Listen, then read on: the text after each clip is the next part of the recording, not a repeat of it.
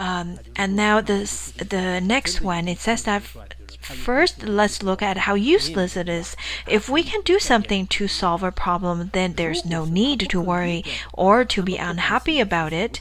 If we can't, then it doesn't help to worry or to be unhappy about it either. So, if the things can be turned or can be resolved, then why worry? You have opportunity to work on it, so just change it or work on it.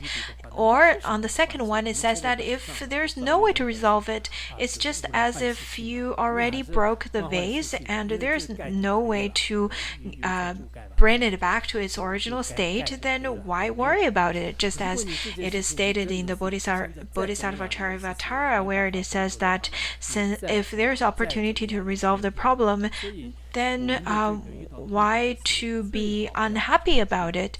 If there's no way to resolve the problem, what's the use of being unhappy about it?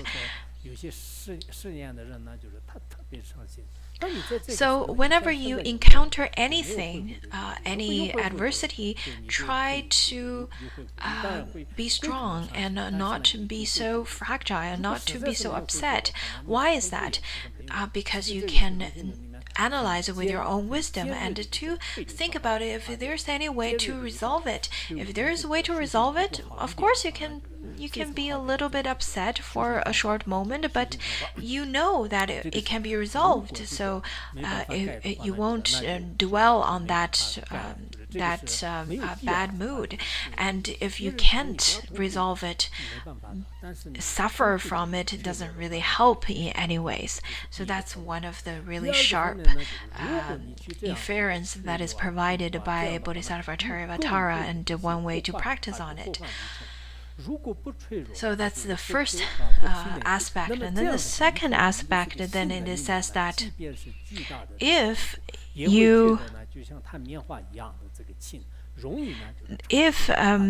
the enormous trouble involved, as long as we don't get anxious or irritated, then our strength of mind will enable us to bear even the hardest of suffering easily. They'll feel as flimsy, as insubstantial as cotton wool. So, as we often say, that in fact the actual event doesn't really crush you, it is the emotion that crushes you. So you have to face things with great bravery, even if it's some great adversity with lots of pain that might bring to you. However, if you have lots of bravery and strength, then whatever happens to you is just like stepping on top of very soft and flimsy cotton. It's not so substantial anymore. It's not so solid, and makes you feel claustrophobic. Rather, you feel that you can completely handle whatever is happening.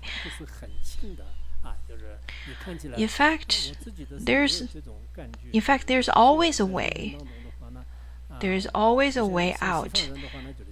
Whatever happens in your life, you have to believe that there is always a way out as long as you have a strong mind. From my personal experience, I have a very deep understanding of that. I have a very deep experience of that. I think the Westerners always like to talk about personal experiences so that it could lead to contemplation. I think from my personal experience, although I'm not saying that I am fully enlightened or I am great at practicing Tonglen, it's not that. But I personally think that in terms of practicing impermanence and practicing renunciation, I am rather a good practitioner. every time there's any adversities happen in my life, I would try to see it from a different angle. At the end of last year, my original plan was to go to Russia, Dubai, Poland, England, and many other countries, and lots of really wonderful schools provided such great opportunities, and I was invited to those places. On one hand, to share some of my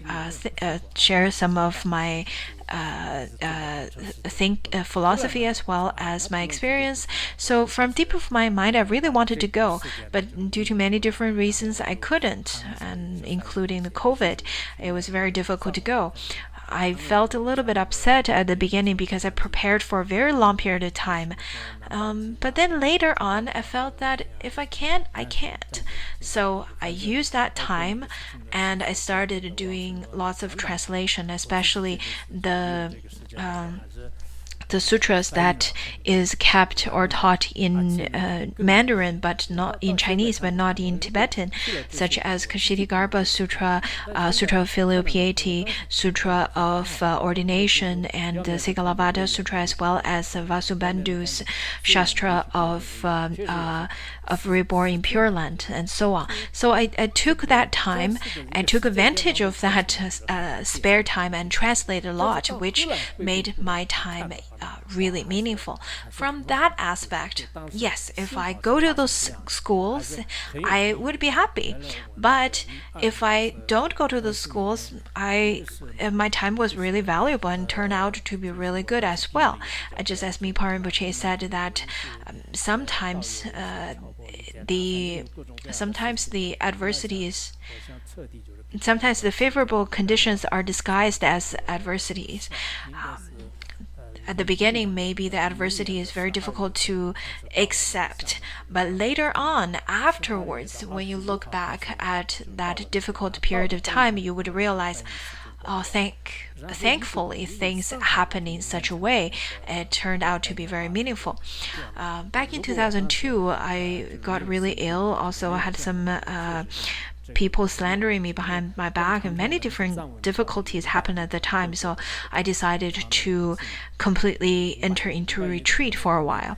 So from the end of 2001, I started translating the extensive biography of Shakyamuni Buddha, and by 12th of May, I finished translating the biography of White Lotus. Without being sick, I probably won't have the courage to translate the 500-page long Dighe version of sutra and then or text. I probably won't have such great bravery or courage, but I think it was really wonderful. During the day, I would take every drips and stay in hospital, and in the afternoon, I would do my translations. I also did lots of writing, such as a collection of Q&As of Tibetan esoteric Buddhism, as well as collected interviews of different PhDs.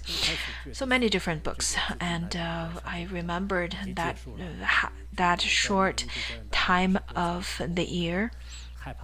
In the short time of 6 months, it was in fact, really valuable. Around May the 2nd, there was a big building that's already finished building, and my translation also finished. So I think from many different aspects, it was really quite auspicious. At the time, Phuntsog Rinpoche was in Chengdu, so I went back to Chengdu after finished translation, and then we all came back to Larongar together. At the time, I felt that my life could have been over because of sickness and all the slandering and so on. I mentioned that quite a bit in my journal, that is Footprints of the Journey. I worried very much that I may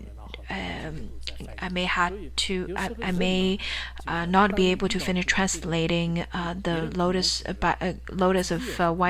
the biography of White Lotus.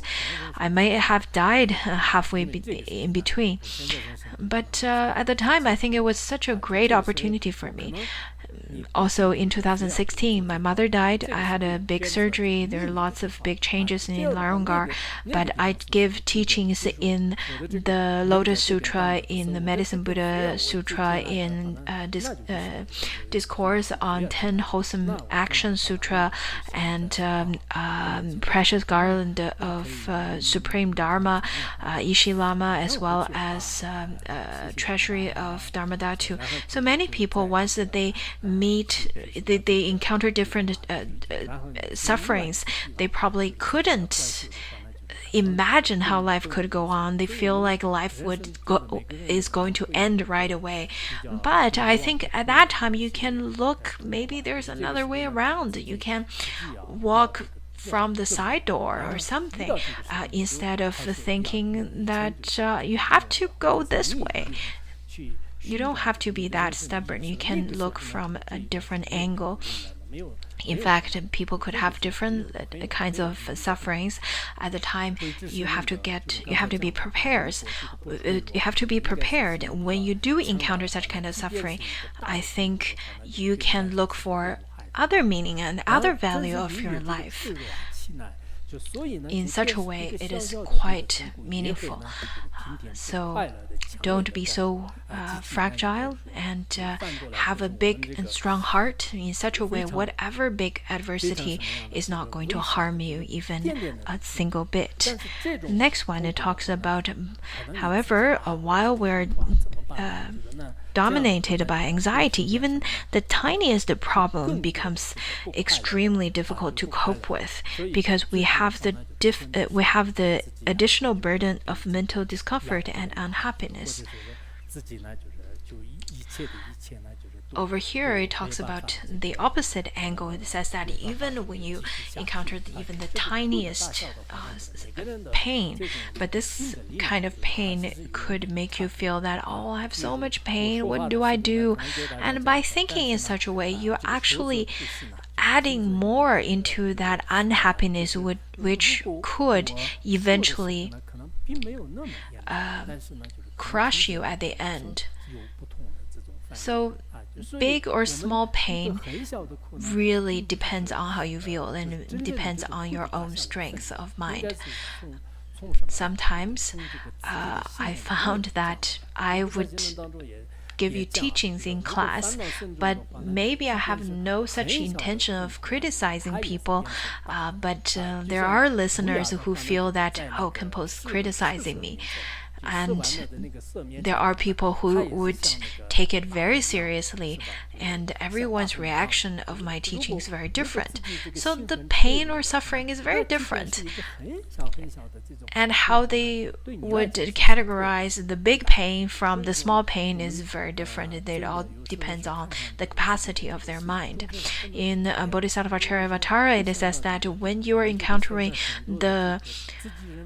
when you are suffering from afflictions, even the smallest pain will be enlarged, just like a crow is much more powerful in front of a dead snake. So when we look at our mind, I think the sentient beings are suffering a lot because they think they're suffering a lot, but in fact they don't know that the pain is really not that strong. Before they wear out their karma, their habitual pattern, they would continuously to feel that the pain is very strong. So it's very important for everyone to study how to transform suffering into enlightenment or onto the path.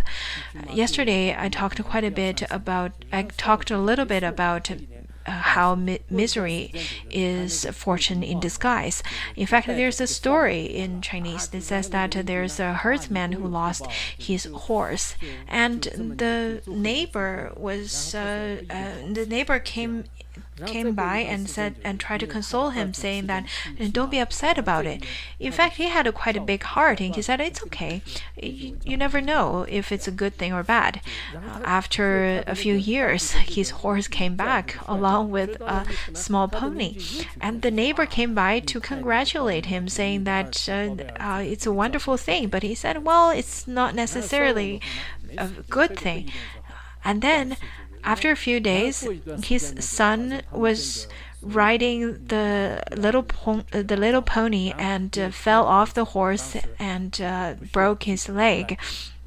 The neighbor came by saying, "Oh, I'm so sorry that your son broke his leg." But then later, because his son broke his leg, his son doesn't have to go to the war anymore. So because of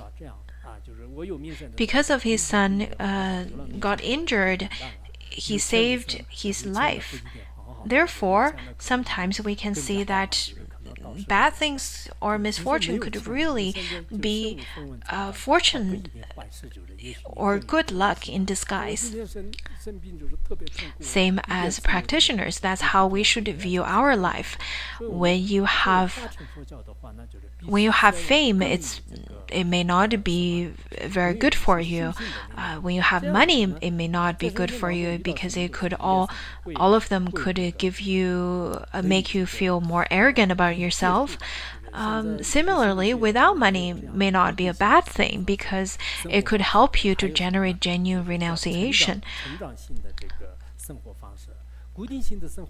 Therefore, whatever happens, I think as a practitioner, we will be able to see the good side of it and we'll be able to accept anything that happens in life.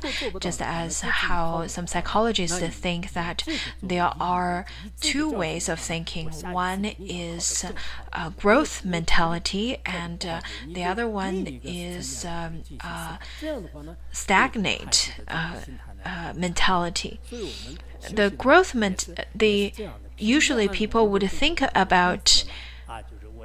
have the mentality of saying that you have to attain something, otherwise you're a failure. But the growth mentality would see that, well, if you didn't get a good grade, then take it as an experience of learning so that next time you can do better. And you will learn a lot from the experience of not doing well in this exam. I think practitioners should learn from that. We should be ready for all kinds of changes in our life, and we should always be ready to learn from our experiences, whatever happens in our life.